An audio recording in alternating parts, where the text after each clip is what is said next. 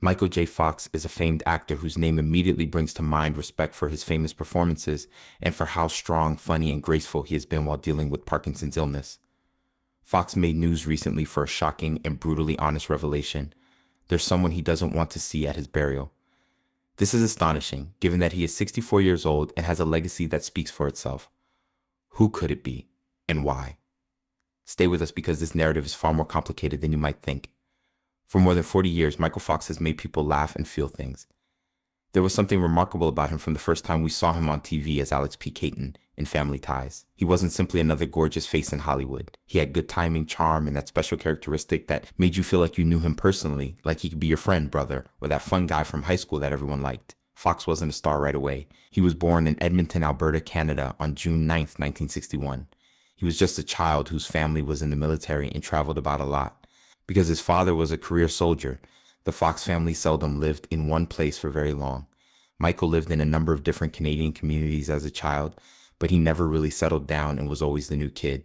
That's probably why he was so excellent at making friends. You learn how to make friends quickly when you're always the odd one out. He left high school at the age of 15 to become an actor.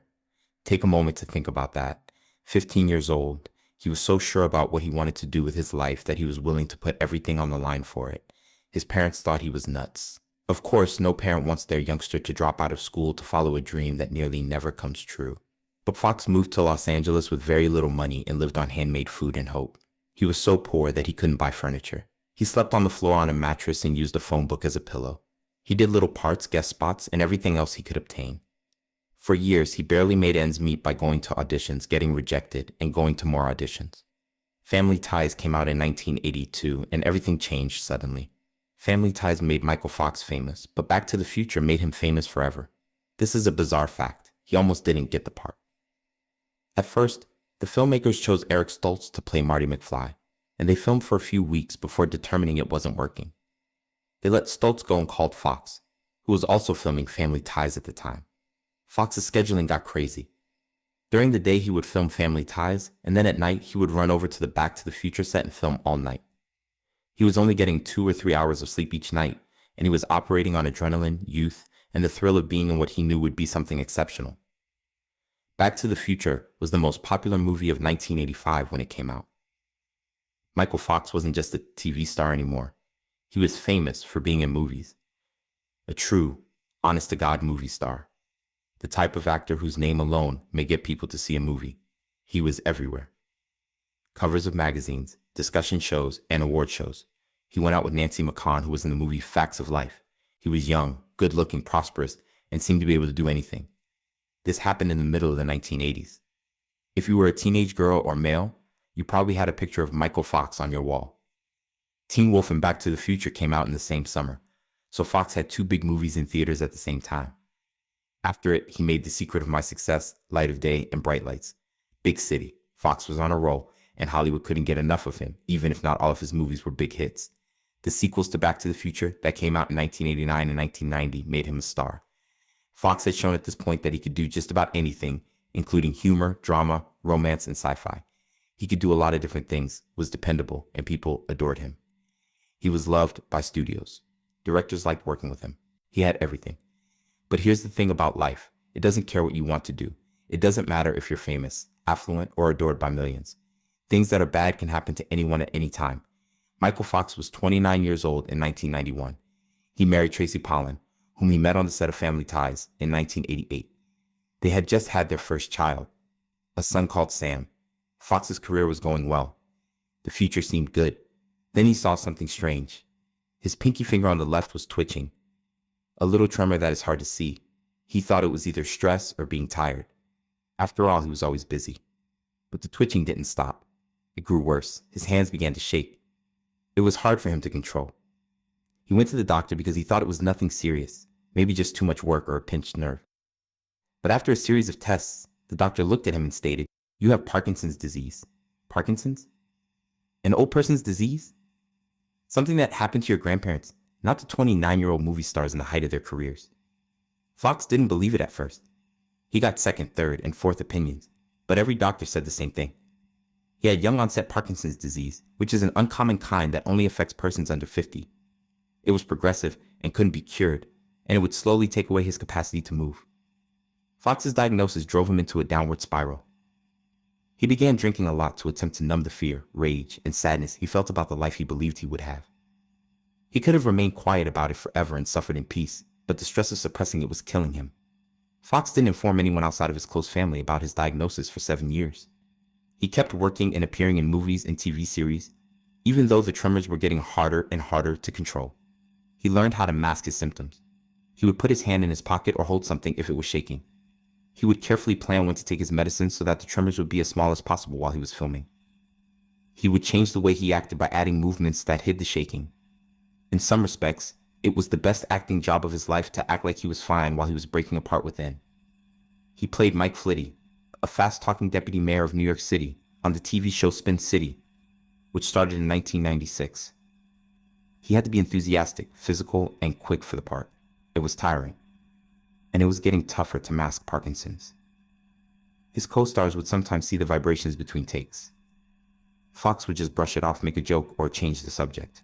The drinking grew worse. In interviews and in his writings, Fox has been honest about this.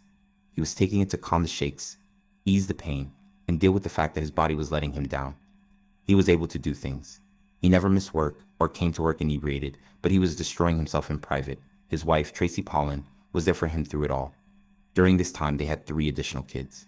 Aquana and Skylar were born in 1995, and Esme was born in 2001. Fox remarked that his family was what kept him going and given him a reason to fight. Fox made the decision in 1998 that he could no longer hide. He told Barbara Walters about his condition in an interview, and the response was huge. People didn't turn their backs on him or feel sorry for him. They came together to support him. They looked up to him because he was brave, honest, and didn't let the condition define him. He left Spin City in 2000, and his co-stars gave him a heartfelt goodbye. Charlie Sheen took over the main role, and the show made an episode about Fox's leaving. The end of an era has come. Fox wasn't done with Hollywood though. He was a guest on episodes like The Good Wife, Scrubs, Boston Legal, and Rescue Me. He often played variations of himself or others who had Parkinson's. He showed the world that he could still act and add something distinctive to a role, even if he had tremors, took medication, and was limited in what he could do physically. Having Parkinson's is not the same as having a broken bone that heals or a cold that goes away. It's constantly there, always asking for attention like a friend. Fox has called it strange and hard to predict. Some days are better than others. At times, the symptoms are easy to deal with, but at other times, they are too much. The tremors are the most obvious sign, but there are many more as well. Parkinson's makes it hard to keep your equilibrium, which makes it easier to trip and fall. It changes the way people talk, which might make it hard to understand. It makes the muscles stiff, which makes it hard to move quickly. It can change how you sleep, feel, remember things, and think. Fox takes medicine to help with the symptoms, but the medicine itself presents complications.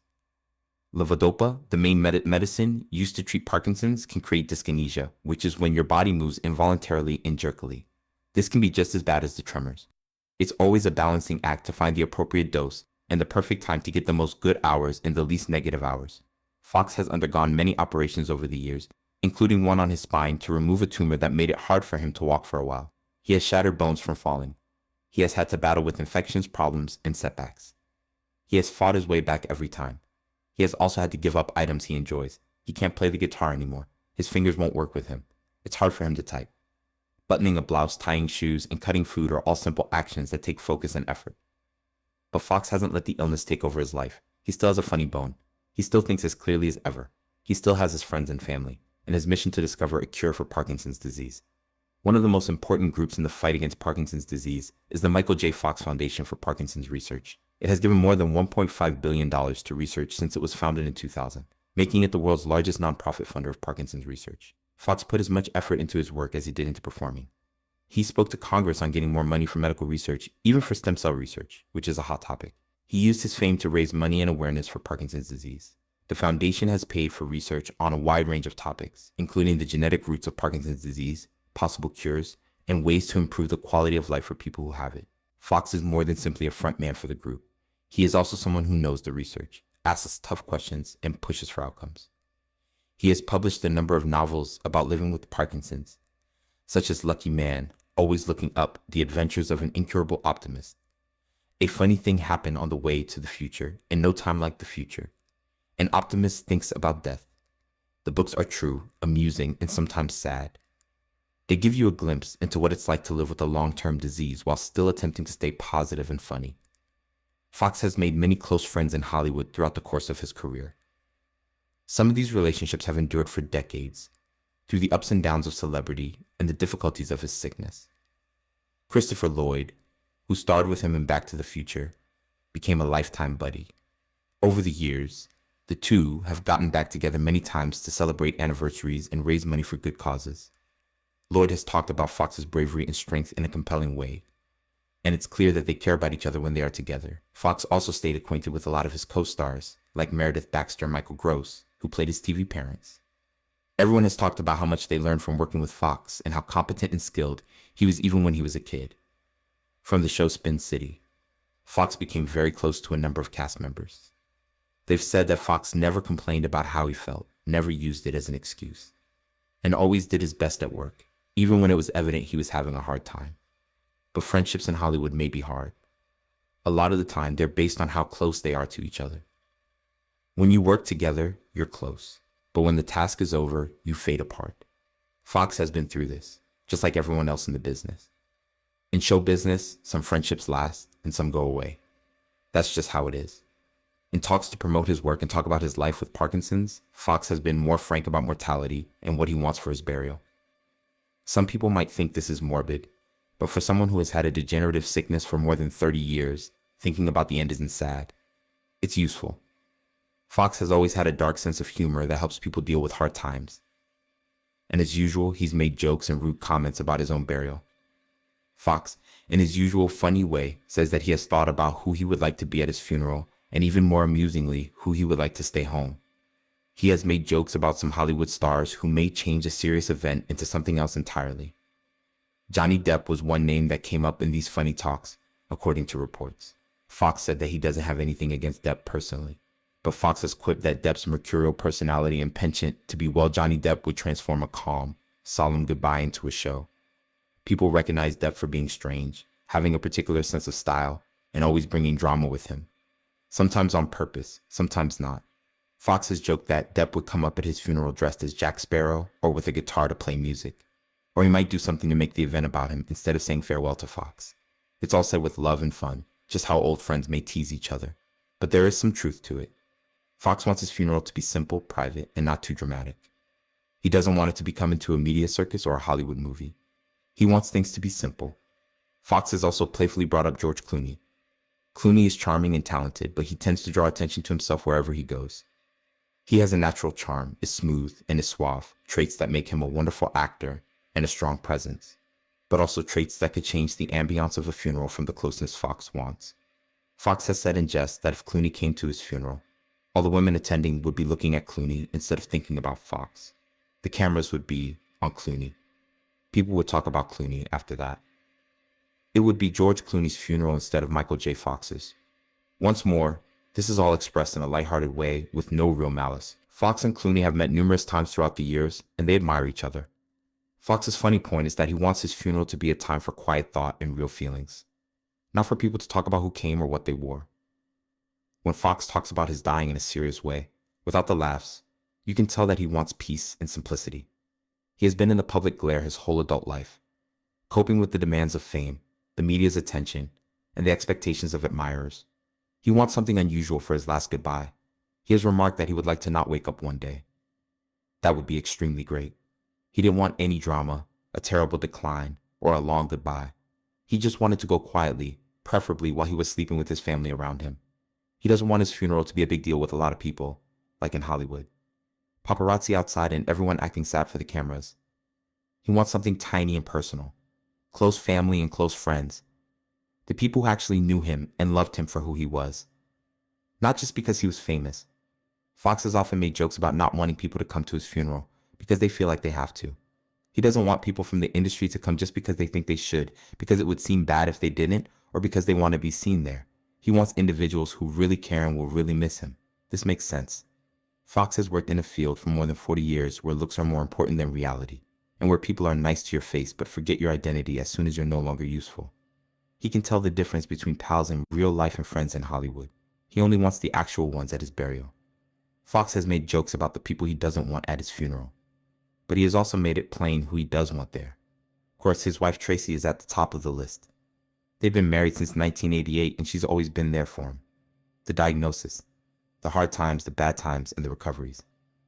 Their partnership has been through storms that would have broken up most couples, but they have come out stronger.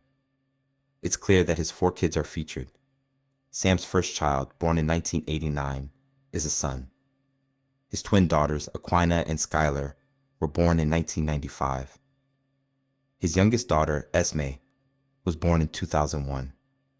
Fox has remarked that being a dad has been one of the best things that has ever happened to him. Watching his kids grow up has given him a reason to keep fighting.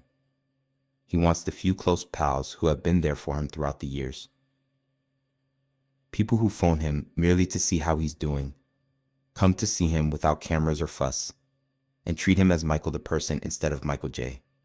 Fox the famous person. He wants the folks from his charity, the ones who have helped him fight Parkinson's and want to discover a cure and aid others with the disease.